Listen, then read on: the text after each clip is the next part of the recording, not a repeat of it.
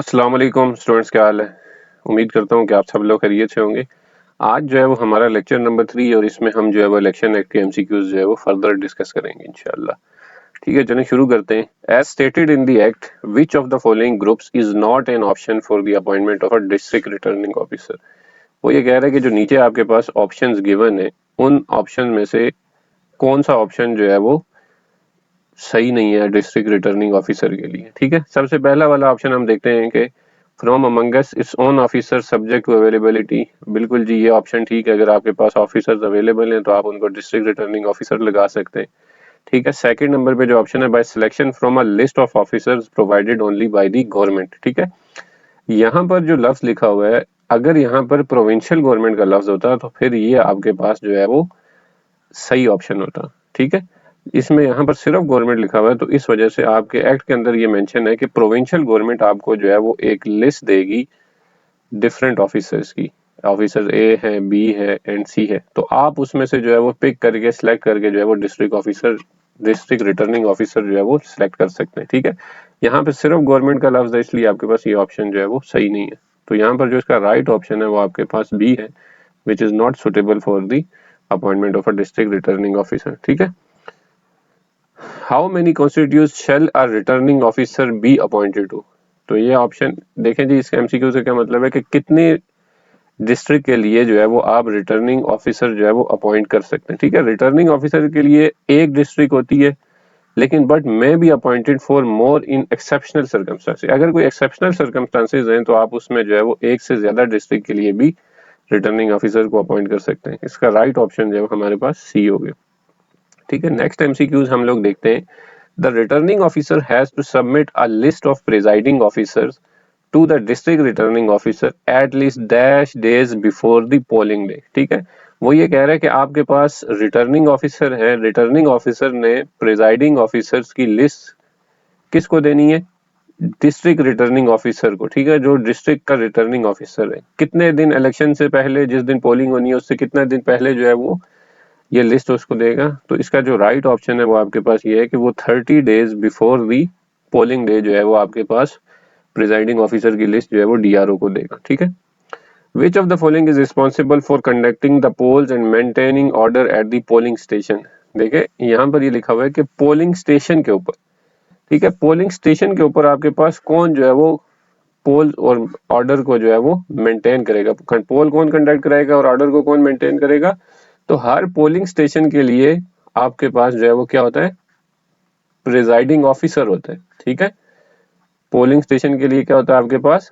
Presiding officer होता है। जो रिटर्निंग ऑफिसर होता है वो आपके पास किसी एक कॉन्स्टिट्यूएंसी के लिए होता है। ठीक है, इन exceptional cases it may be a more than one constituency, but it is mostly appointed for the only one constituency. ठीक है, डिस्ट्रिक्ट रिटर्निंग ऑफिसर जो है वो आपके पास पूरी की पूरी जो है वो डिस्ट्रिक्ट के लिए अपॉइंट होता है।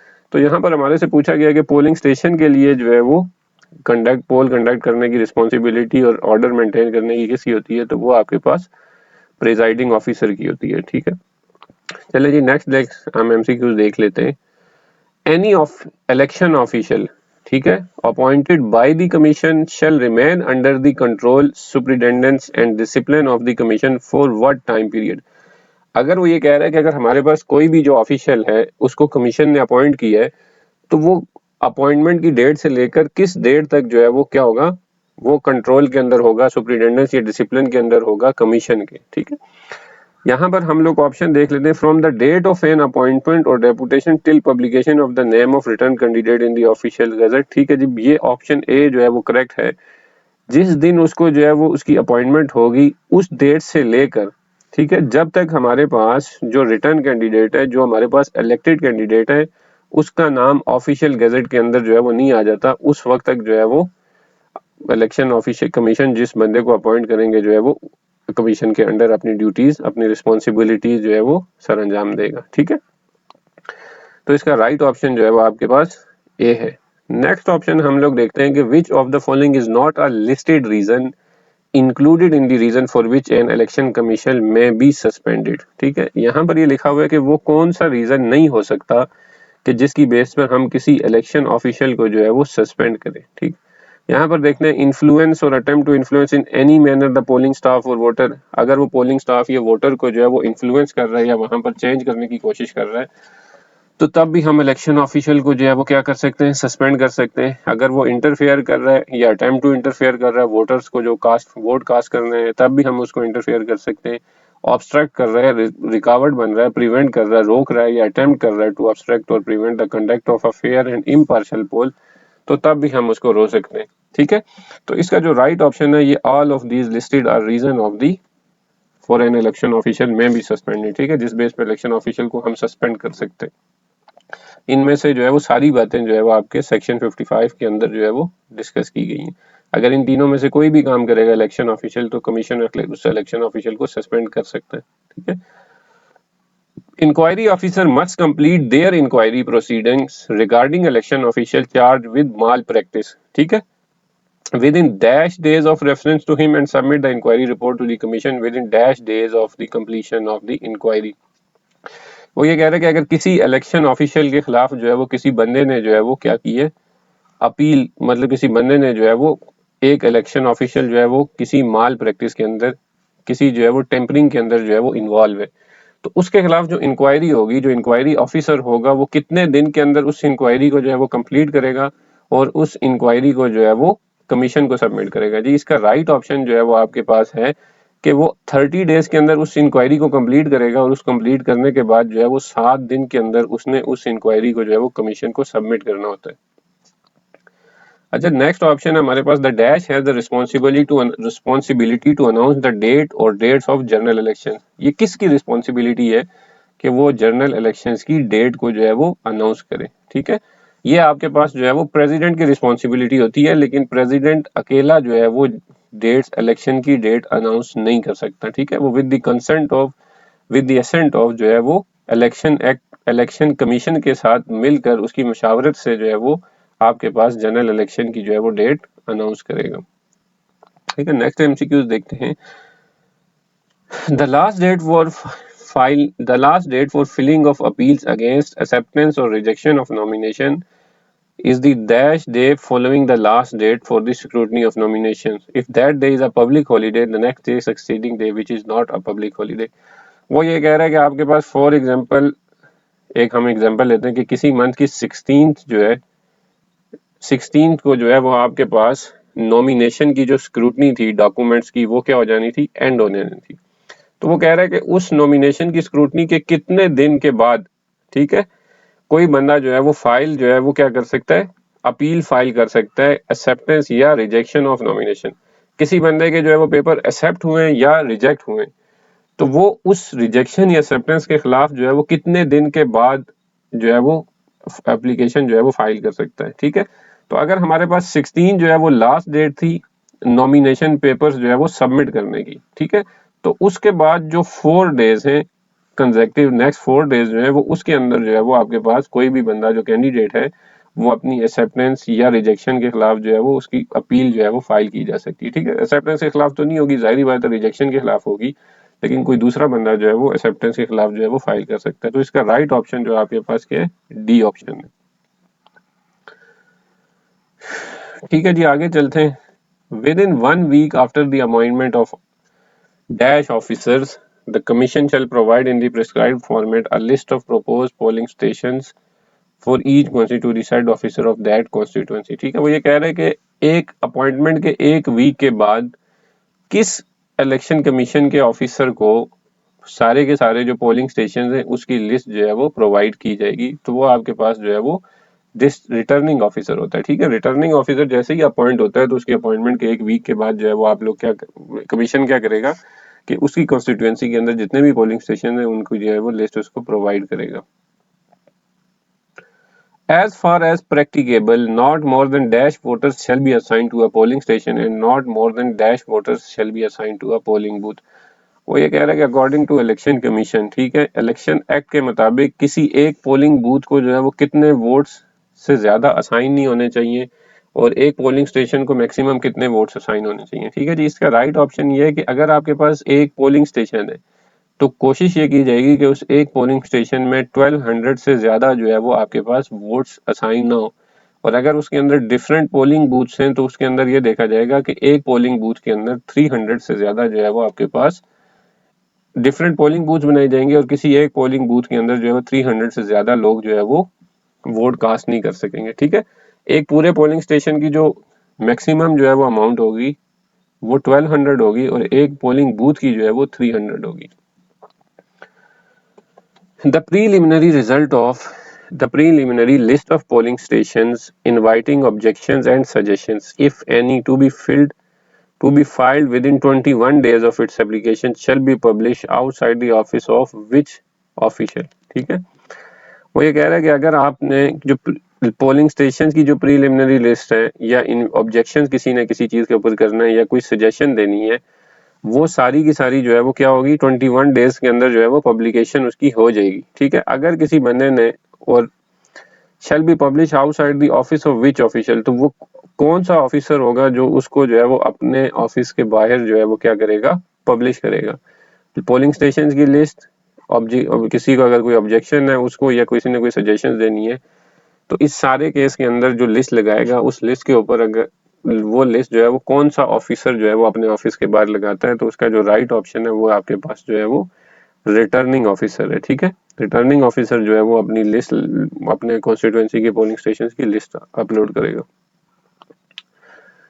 Which of the following may not be a premise for the location of a polling station। वो ये सवाल ये है कि कौन सा ऑप्शन इसमें से ऐसा है कि जो पोलिंग स्टेशन नहीं बन सकता। ठीक है, यहाँ पर वो ये कहना चाह रहा है कि आपके पास ऐसी कौन सी जगह है जो पोलिंग स्टेशन नहीं बन सकती। ठीक है, गवर्नमेंट बिल्डिंग पोलिंग स्टेशन बिल्कुल बन सकती है जी, ज्यादातर गवर्नमेंट बिल्डिंग ही पोलिंग स्टेशन बनते हैं। प्राइवेट एजुकेशनल इंस्टीट्यूशन भी बन सकते हैं। सिर्फ एक चीज आपके पास जो है वो पोलिंग स्टेशन नहीं बन सकता, अगर वो प्रॉपर्टी या एरिया जो है वो किसी कैंडिडेट से बिलोंग करता है। ठीक है, तो इसका राइट ऑप्शन आपके पास जो है वो क्या है, सी ऑप्शन है। A surveillance camera may be installed at a polling station on the declaration of the dash about a polling station being highly sensitive। देखें जी, इस एमसीक्यूज के बारे में जो मुझे थोड़ा सा जो है वो इशू है वो ये है कि यहाँ पर इन्होंने ऑप्शन दिया हुआ रिटर्निंग ऑफिसर। ठीक है, लेकिन इसका राइट ऑप्शन मेरे नजदीक जो है वो डिस्ट्रिक्ट रिटर्निंग ऑफिसर बनता है। ठीक है, उसकी वजह यह है कि वो ये कह रहा है कि सिर्फ डिस्ट्रिक्ट रिटर्निंग ऑफिसर जो है वो ये डिक्लेयर कर सकता है कि अगर कोई पोलिंग स्टेशन आपके पास बहुत ज्यादा सेंसिटिव है तो उस पोलिंग स्टेशन के अंदर आप सर्विलेंस के लिए, सिक्योरिटी के लिए जो है वो उस पोलिंग बूथ के अंदर कैमरा लगा सकते हैं। तो ये कॉन्स्टिट्यूशन के मुताबिक तो ये बात जो है वो डिस्ट्रिक्ट रिटर्निंग ऑफिसर डिक्लेयर करेगा या उसकी जो इजाजत है वो देता है कि आपने अगर कहीं पे कैमरा लगाना है किसी पोलिंग बूथ पे तो आप कैमरा लगा सकते हैं। लेकिन ये यहाँ पर जो है वो कह रहा है कि रिटर्निंग ऑफिसर है, तो मेरे नजदीक जो इसका राइट ऑप्शन है वो डिस्ट्रिक्ट रिटर्निंग ऑफिसर। ठीक है, आगे चलते हैं जी। Every candidate for member must make a declaration that he fulfils the qualifications specified in the article dash and is not subject to any of the disqualifications specified in article dash for being elected as a member। कोई बंदा अगर member बनना चाहता है तो article 62 के अंदर जो आपके पास जैसे कहते हैं 62 और 63 के जो है ना आर्टिकल पे पूरा उतरता है। ठीक है, तो 62 के मुताबिक जो है उसकी क्वालिफिकेशन पूरी होनी चाहिए और 63 के अंदर जिन चीजों से जो है वो मना किया गया है या जो डिसक्वालिफिकेशन की चीजें जो है वो उन दोनों चीजों के जो है वो सब्जेक्ट मतलब 62 की क्वालिफिकेशंस 62 के आर्टिकल के ऊपर पूरा उतरना चाहिए और 63 के आर्टिकल के ऊपर जो है वो पूरा उतरना चाहिए अगर एक कैंडिडेट जो है वो इलेक्शन लड़ना चाहता है। Every candidate of member must present a statement of his assets and liabilities and of his spouse and dependent children as on the preceding dash day of June on Form B। ठीक है, जो भी member election लड़ रहा है तो जो member भी इलेक्शन लड़ना चाहेगा वो मेंबर जो है वो अपने एसेट्स की डिटेल या लायबिलिटीज की डिटेल जो है वो शेयर करेगा अपनी वाइफ, स्पाउस की, डिपेंडेंट चिल्ड्रन की। ठीक है, किस तारीख तक, 30 जून तक। ठीक है, जो उसको फॉर्म दिया जाएगा उसकी 30 जून तक वो अपनी सारी की सारी डिटेल्स या एसेट्स की जो है वो शेयर करने के लिए पाबंद होगा। ठीक है जी, नेक्स्ट एमसीक्यूज है authorization in favour of an advocate shall be attested by which of the following. ठीक है, अगर आपने अटेस्टेशन करनी है तो वो अटेस्टेशन आपके पास कौन बंदा कर सकता है। ठीक है, जो भी डॉक्यूमेंट्स अटेस्ट करने, A notary appointed under the Notaries Ordinance 1961 19 of 1961, ये भी आर्टिकल में मेंशन है जी। Oath commissioner appointed under the oath act 1873 10 of 1873, ये भी मेंशन है। कोई भी गवर्नमेंट का ऑफिसर है जो 17 या उससे अबव है, वो भी आपके पास क्या कर सकता है, जो है वो डॉक्यूमेंट्स अटैच कर सकता है। तो इसका राइट ऑप्शन आपके पास जो है वो ऑप्शन डी है, ठीक है। With regards to nomination, the returning officer shall not do which of the following, ठीक है जी। ये एमसीक्यूज हम लोग देख लेते हैं नेक्स्ट एमसीक्यूज में। उसमें यह है कि with regards to nomination the returning officer shall not do which of the following, इनमें से कौन सा काम नहीं कर सकता, ठीक है। ए देख लेते हैं, make the nomination papers along with annexure open to inspection by election officials only, ठीक है, कि वो इलेक्शन ऑफिशियल्स को जो है वो ओपन करेगा कि वो उसकी इंस्पेक्शन कर सके। ये काम भी रिटर्निंग ऑफिसर जो है वो कर सकता है। issue unofficial copies of these documents in such manner and on payment of such fee as may be prescribed, ठीक है, वो इनकी जो है वो अनऑफिशियल कॉपीज भी दे सकता है। ये दोनों काम जो है वो आपके पास रिटर्निंग ऑफिसर कर सकता है। तो इसका मतलब है जो राइट ऑप्शन है वो क्या है, नाइदर ए नॉर बी, ठीक है। ये दोनों काम वो कर सकता है, ऐसा कोई भी काम यहाँ पर मेंशन नहीं है जो आपके पास रिटर्निंग ऑफिसर ना कर सकता। The returning officer shall not accept a nomination paper for election to a seat in the National Assembly unless a sum of ₹1,000 is deposited by the candidate or by any person on his behalf। देखें जी, आपके पास अगर एक बंदा national assembly का election लड़ना चाहता है तो उसको 30,000 जो है वो ऑलमोस्ट, ठीक है, ऑलमोस्ट नहीं बल्कि उसको 30,000 जो है वो डिपॉजिट कराने पड़ेंगे। और अगर कोई बंदा प्रोविंशियल असेंबली का इलेक्शन लड़ना चाहता है तो उसको जो है वो 20,000 जो है वो जमा कराने पड़ते हैं, सबमिट करने पड़ते हैं, ठीक है। तो यहाँ पर नेशनल असेंबली के लिए आपके पास 30,000 है, और जबकि अगले एमसीक्यूज में प्रोविंशियल असेंबली के बारे में बात है, ठीक है, आपके पास ये प्रोविंशियल असेंबली के बारे में बात है। तो प्रोविंशियल असेंबली के लिए आपके पास 20,000।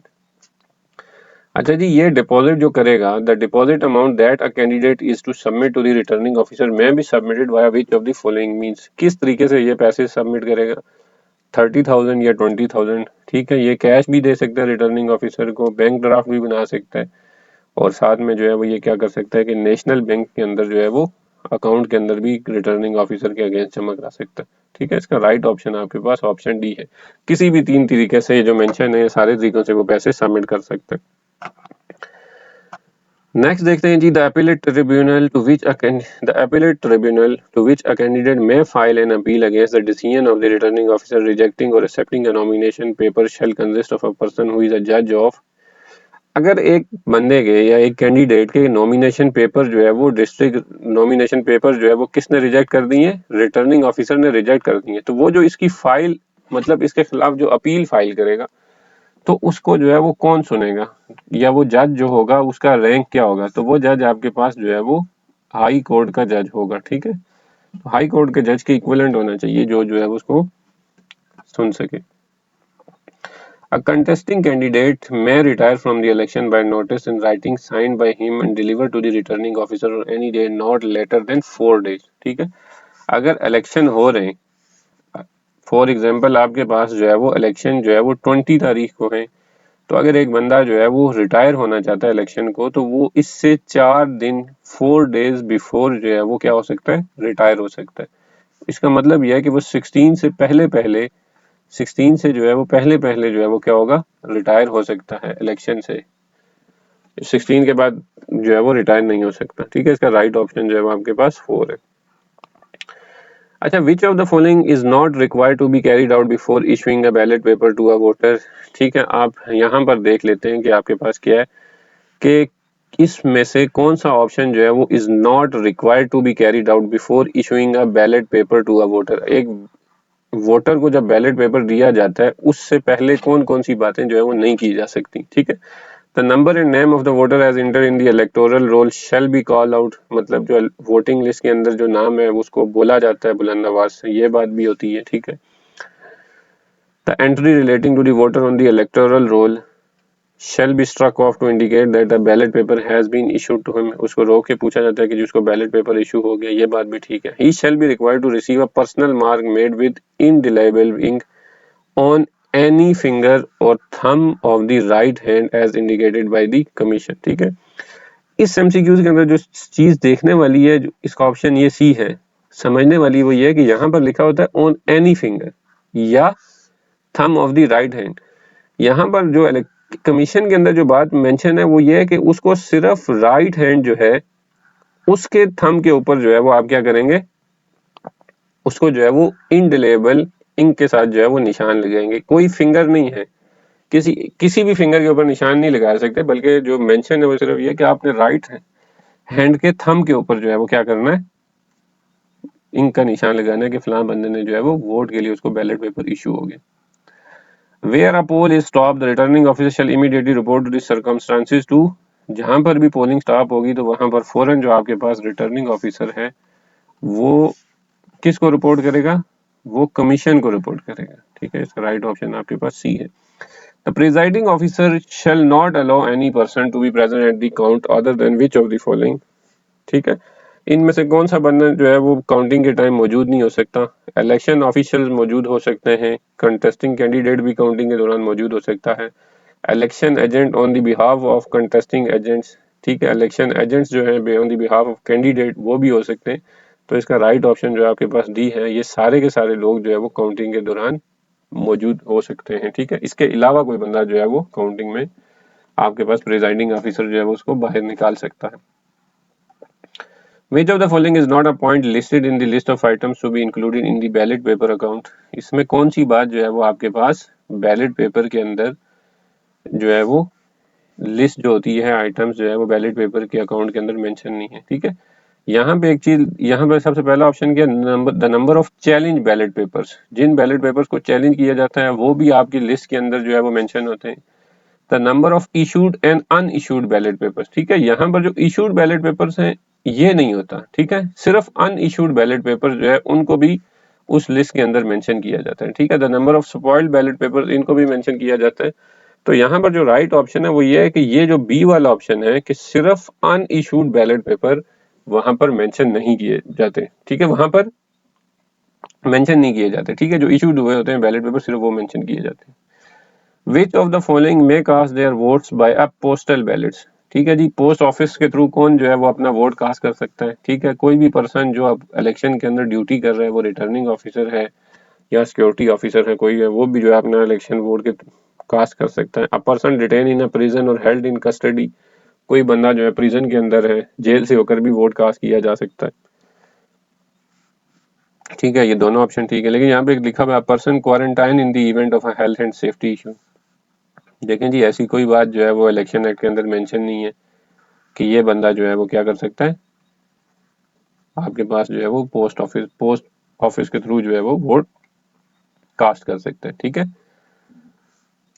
तो इसका राइट ऑप्शन सी है, ये वो वाई चीज है जो है जिसके थ्रू बंदा पोस्ट ऑफिस से जो है वो वोट कास्ट नहीं कर सकता। तो इसका राइट ऑप्शन क्या होगा, बोथ ए एंड बी होगा। उसकी रीजन ये है कि ये दोनों लोग जो है वो पोस्ट ऑफिस, उसने ये पूछा है कि ये दोनों लोग जो है वो पोस्ट ऑफिस के थ्रू वोट कास्ट कर सकते हैं। सिर्फ ऑप्शन सी आपके पास वोट पोस्ट ऑफिस के थ्रू वोट कास्ट नहीं किया जा सकता। N overseas Pakistani refers to someone who is working or residing abroad permanently or temporary for not less than, ठीक है, for not less than 6 months। आपके पास जो आपका Pakistan under Pakistan citizenship act है 1951 के अंदर, उसके मुताबिक कोई बंदा अगर 6 महीने से कम जो है वो अब्रॉड रह रहा है तो उसको ओवरसीज पाकिस्तानी कंसीडर नहीं किया जाता। ठीक है, उसको 6 महीने से जो है वो ज्यादा रहना चाहिए।